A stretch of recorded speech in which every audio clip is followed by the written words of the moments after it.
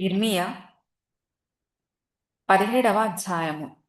వారి కుమారులు తాము కట్టిన బలిపీఠములను ప్రతి పచ్చని చెట్టు క్రిందనున్న దేవతా స్తంభములను జ్ఞాపకము చేసుకొనుచుండగా, యూదా పాపము ఇనుపగంటముతో వ్రాయబడి ఉన్నది.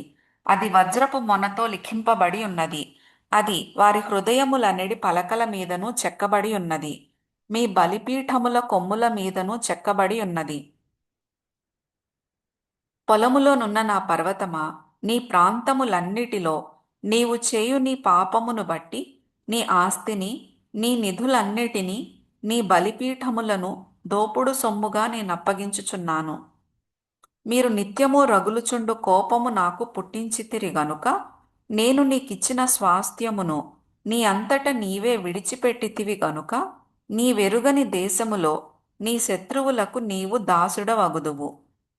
యెహోవా ఈలాగు సెలవిచ్చుచున్నాడు: నరులను ఆశ్రయించి శరీరులను తనకాధారముగా చేసుకొనుచు తన హృదయమును యెహోవా మీద నుండి తొలగించుకొనువాడు శాపగ్రస్తుడు. వాడు ఎడారిలోని ఆరుహ వృక్షము వలె ఉండును. మేలు వచ్చినప్పుడు అది వానికి కనబడదు. వాడు అడవిలో కాలిన నేలయందును నిర్జనమైన చవిటి భూమియందును నివసించును. యెహోవాను నమ్ముకొనువాడు ధన్యుడు. యెహోవా వానికి ఆశ్రయముగా ఉండును. వాడు జలముల యొద్ద నాటబడిన చెట్టు వలె నుండును. అది కాలువల ఓరను దాని వేళ్లు తన్నును. వెట్ట కలిగినను దానికి భయపడదు. దాని ఆకు పచ్చగా నుండును. వర్షము లేని సంవత్సరమున చింతనొందదు, కాపు మానదు. హృదయము అన్నిటికంటే మోసకరమైనది. అది ఘోరమైన వ్యాధి కలది. దాని గ్రహింపగలవాడెవడు? ఒకని ప్రవర్తనను బట్టి వాని క్రియల ఫలము చొప్పున ప్రతికారము చేయుటకు యెహోవా అను నేను హృదయమును పరిశోధించువాడను, అంతరింద్రియములను పరీక్షించువాడను. న్యాయ విరోధముగా ఆస్తి సంపాదించుకొనువాడు తాను పెట్టని గుడ్లను పొదుగు కౌజు పిట్టవలెనున్నాడు. సగము ప్రాయములో వాడు దానిని విడువవలసి వచ్చును. అట్టివాడు కడపట వాటిని విడుచుచు అవివేకిగా కనబడును. ఉన్నత స్థలమున నుండు మహిమగల సింహాసనము మొదటి నుండి మా పరిశుద్ధాలయ స్థానము. ఇశ్రాయేలునకు ఆశ్రయమా, యెహోవా నిన్ను విసర్జించి వారందరూ సిగ్గునొందుదురు. నా ఎడల ద్రోహము చేయువారు యెహోవా అను జీవజలముల ఊటను విసర్జించియున్నారు గనుక వారు ఇసుక మీద పేరు వ్రాయబడిన వారుగా ఉందురు. యెహోవా నీవు నన్ను స్వస్థపరచుము, నేను స్వస్థత నొందుదును. నన్ను రక్షించుము, నేను రక్షింపబడుదును. నేను నిన్ను స్తోత్రించుటకు నీవే కారణభూతుడవు. వారు యెహోవా వాక్కు ఎక్కడనున్నది, దాని రానిమ్మని అనుచున్నారు.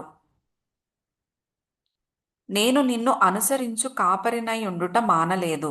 ఘోరమైన దినమును చూడవలెనని నేను కోరలేదు. నీకే తెలిసియున్నది. నా నోట నుండి వచ్చిన మాట నీ సన్నిధిలోనున్నది. ఆపత్కాలమందు నీవే నా ఆశ్రయము. నాకు అధైర్యము పుట్టింపకుము. నన్ను సిగ్గుపడనియ్యక నన్ను తరుము వారిని సిగ్గుపడనిమ్ము. నన్ను దిగులు పడనియ్యక వారిని దిగులు పడనిమ్ము. వారి మీదికి ఆపద్దినము రప్పించుము. రెట్టింపు నాశనముతో వారిని నశింపజేయుము. యెహోవా నాకీలాగు సెలవిచ్చియున్నాడు: నీవు వెళ్ళి యూదా రాజులు వచ్చుచు పోవుచు నుండు జనుల గుమ్మమునను యెరూషలేము గుమ్మములన్నిటనూ నిలిచి జనులలో దీని ప్రకటన చేయుము. యూదా రాజులారా, యూదా వారలారా, యెరూషలేము నివాసులారా, ఈ గుమ్మములో ప్రవేశించు సమస్తమైన వారలారా, యెహోవా మాట వినుడి.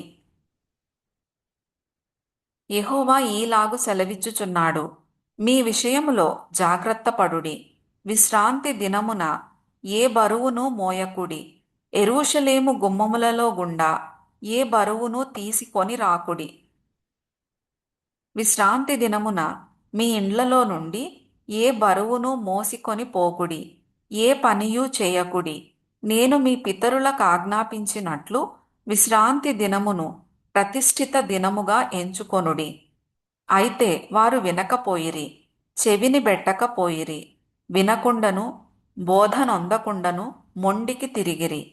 మరియు యెహోవా ఈ మాట సెలవిచ్చెను, మీరు నా మాట జాగ్రత్తగా విని విశ్రాంతి దినమున ఏ పనియూ చేయక దాని ప్రతిష్ఠిత దినముగా నెంచి విశ్రాంతి దినమున ఈ పట్టణపు గుమ్మములలో గుండా ఏ బరువును తీసుకొని పోకుండిన ఎడల దావీదు సింహాసనమందు ఆసీనులై రథముల మీదను గుర్రముల మీదను ఎక్కి తిరుగుచుండు రాజులును అధిపతులును ఈ పట్టణపు గుమ్మములలో ప్రవేశింతురు. వారును వారి అధిపతులును యూదావారును యెరూషలేము నివాసులును ఈ పట్టణపు గుమ్మములలో ప్రవేశింతురు. మరియు ఈ పట్టణము నిత్యము నిలుచును. మరియు జనులు దహన బలులను నైవేద్యములను ధూపద్రవ్యములను తీసుకొని యూదా పట్టణములలో నుండియు యెరూషలేము ప్రాంతములలో నుండియు బెన్యామీను దేశములో నుండియు మైదానపు దేశములో నుండియు మన్యములో నుండియు దక్షిణ దేశములో నుండియు వచ్చెదరు. యెహోవా మందిరమునకు స్తుతియాగ ద్రవ్యములను తీసుకొని వచ్చెదరు.